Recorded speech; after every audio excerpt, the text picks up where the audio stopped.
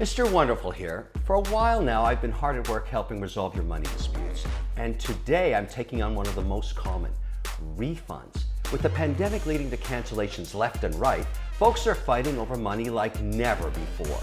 Consumers want their hard-earned cash back. Businesses want to help, but also need to stay afloat. It's a mess, but have no fear. I'm here to offer guidance and help you achieve some measure of financial justice. Let's get started. We've got a dispute here from Kirsten. She lives in Houston, Texas. She wanted to have a baby shower, and she ran smack into the coronavirus. Hi, Mr. Wonderful. I'm Kirsten, and this is my Mr. Wonderful. Meet Avery. Avery and I have a money dispute, and we are in desperate need of your help. I was scheduled to have my very first baby shower on March 28, 2020, but due to the coronavirus and social distancing in Houston, I wasn't able to host my baby shower because their venue was closed. That's understandable. But I paid the security deposit and the first and second payment on the venue. I contacted the director and asked if I could have a refund, and he said they hadn't made a decision on if they want to give a refund or not. He did offer to reschedule the event for a year out, but who knows when the coronavirus will be over. And my Mr. Wonderful is already here, so there's no need for me to go backwards. That was $2,800 for the venue. I'm on short-term disability. We are in desperate need of all the money that we can get to sustain us through. Mr. Wonderful, you're the money expert. I know you can help us. Well, this story really tugs at the heartstrings. Plus, we're talking Mr. Wonderful to Mr. Wonderful here. I love that. Now, the situation we've got, and I'm very accustomed to this because I'm really big in my investments in the wedding industry. The engagement parties, the weddings, all of that stuff wiped off the map. Having this pandemic hit us has changed so many industries, including the baby shower industry. Here's what I'm going to say. This is a situation where both sides have a pretty good argument. Kirsten, she in good faith put up $2,800. Mr. Wonderful showed up. He's now 90 days old. He's getting more wonderful every day. He doesn't need to have a baby shower. Now, this entrepreneur that's running this venue, I'll tell you what's going to be on his mind. Is he setting a precedent?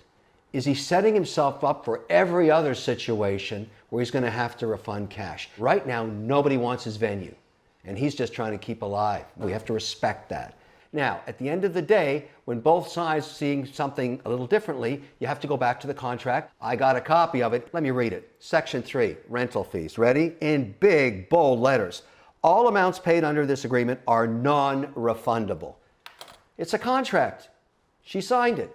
You don't have to sign that contract when you're sitting in front of it. If you want to make modifications, the time to do it is before you sign it.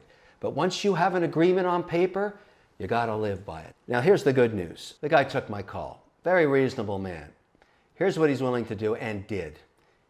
He took an $800 security deposit that Kirsten had put down. That's basically 29%, and in my estimation, all of his profit. And he's gonna FedEx that check back to her.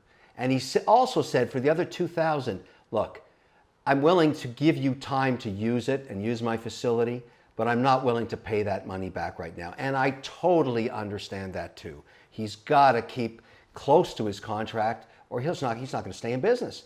We got to be fair to both sides here. That's a pretty good resolution. I think Kirsten should be happy with that. $800, 29%. It's good. I'm glad. I've got a video from FAWZI. Booked a non-refundable ticket, in this case from California to Washington. When you hear it, it seems almost impossible that I could help. But there was a special angle.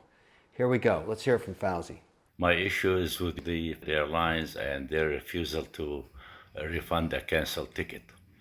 Back in February, we've booked a flight to Washington, D.C. for me, my wife, and daughter for a flight to take place the first week of April.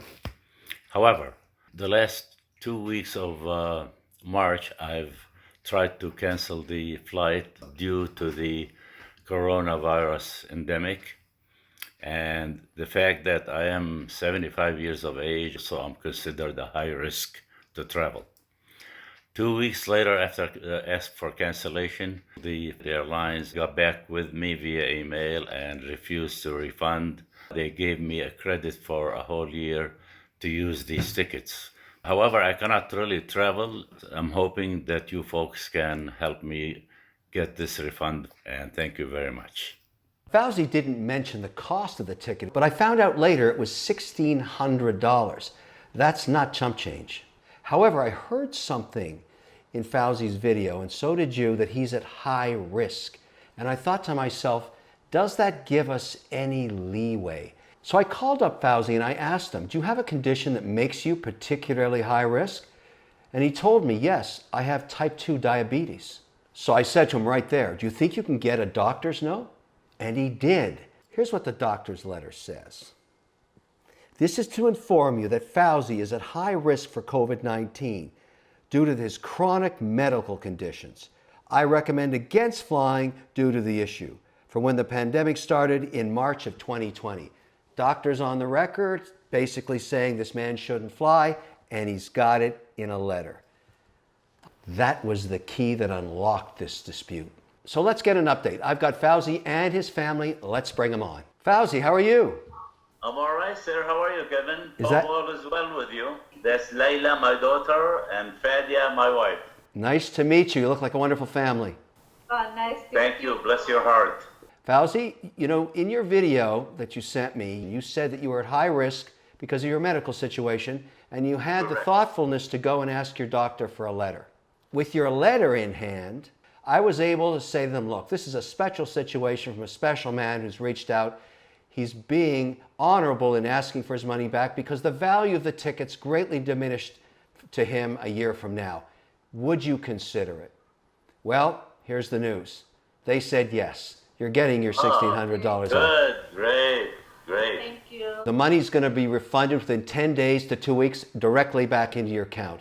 It's Thank you over. so much. Thank you. Thank you so much. And you have a great heart and warm heart. You're making me blush. No, you are a great man. Listen, the key is to reach out with facts, and you had them. Had you not had this information at my fingertips or given it to me, FAWZI, I could have done nothing because the ticket you had was non-refundable. I couldn't get a refund for it. True. I'm happy for you, FAWZI. I'm happy for your family, and I'm just happy to help. This is wonderful. Take care. Thank you. You are a good great. man. God bless you. And you got the Phoenician nose like mine. Thank you very much. Take care, guys. Now, usually I'm the one giving advice, but in this next case, I ended up learning a lesson from you. It's a story with a crazy twist, and it all started with an email from David in Massachusetts. Let me read you the letter. Mr. Wonderful, please help me. Our family wants to cancel our trip to Aruba, originally booked from August 29th through September 5th. JetBlue Vacations wants to give me a 2-year credit. Now, credit's not cash-a-roni, I understand that. And I need the cash. It's 10 grand in total. Chihuahua, that's some serious money. I need the money now, not a voucher. I totally get it. Now, I was all set to dig into this case when I hear from the family that they've got a big update. I want them to tell you about it themselves. So I've got David and his daughter Danielle on video. Hey guys, how are you? Good, how are you? So tell me what happened. $10,000. What did you do about it? I called JetBlue twice. Twice they gave me the story that that's their policy and they can't do anything about it. In the meantime, my daughter Danielle heard me complaining so much that you can tell them what. Yeah, so we were at dinner and he was ranting, which is fine. Typical Irish dad. I went on the JetBlue website, looked at their leadership team. I saw their president and COO. I decided to see if I could send her a tweet. So I went on my Twitter. I sent her a very polite tweet asking if I could have 5 minutes of her time. And, you know, I'd love to just to talk to her and see if there's anything we could do. All right, let me read the tweet from Danielle that changed the world. Ready? This is what she sent to JetBlue via Twitter. I'm hoping to get some help with travel. We have booked and then COVID hit. We are saddened with the response from your team. To us, loyal customers, we'd love to get 10 minutes of your time. Wow, I like that. So kind of forgot about it. I told my dad, I'm like, well, I sent a tweet, but they found my booking. It was booked under my dad's cell phone number, and JetBlue customer relations called him, and I'll let you finish. But yeah. Yeah, they called me, and the woman was very nice. She said that that's their policy, but this is a one-time thing that they will do, and they will reimburse us our money. And she did. She sent us back our money, and I was pleasantly surprised. Wow, what an outcome. Danielle, it sounds like you're a master of social media. How many times do you tweet? Probably once a year. Tweet once, it totally works. You're batting 1,000? Correct. Yeah, that's correct. So let me get this right and I'll summarize. You contacted me originally to help you solve this problem, but you, Danielle, didn't waste any time. You did the right thing. So what did we learn from Danielle and David? Number one, big corporations cover themselves with contracts, but that doesn't mean they stick to them. Sometimes you got to take your own initiative. Use the power of social media to do that. Number two is you got to be polite about it because you're dealing with a big company that could go either way. They can tell you to pound sand or they can help you. They saw you reach out. You were polite, Danielle. That was amazing for you to think that through. And bingo, you don't have to listen to your dad whining anymore at dinner. This is a fantastic outcome. This also is a lesson to a big corporation. Take care of your customers and they'll be loyal. Congratulations, guys. You've taught all of us a lesson on what it takes to get it done. Love it. Thank you. Thank you. All right, so what have we learned? I'll tell you what I've learned, and everybody should learn. Get organized. Get everything you could possibly bring to the table. As I tell everybody in money disputes, you've got to give me some weaponry to work with. You can't just give me contracts you've signed and expect me to break it for you. Number two, civility. Be rational. People want to work with rational people that are keeping calm and are dealing with the facts. Sure, you're angry, maybe you're burning inside, but you don't show it. You show respect. I know that works. That's why they call me Mr. Wonderful. They don't call me Mr. Rage. And number three, and the most important, no means they just haven't said yes yet. So you keep going. You have to keep asking. You don't get if you don't ask. It's that simple. Well, that does it for today's edition.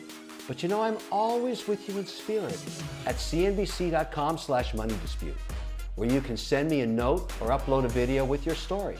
And please do keep them coming, because I love helping in whatever way I can. Till then, stay safe and take care.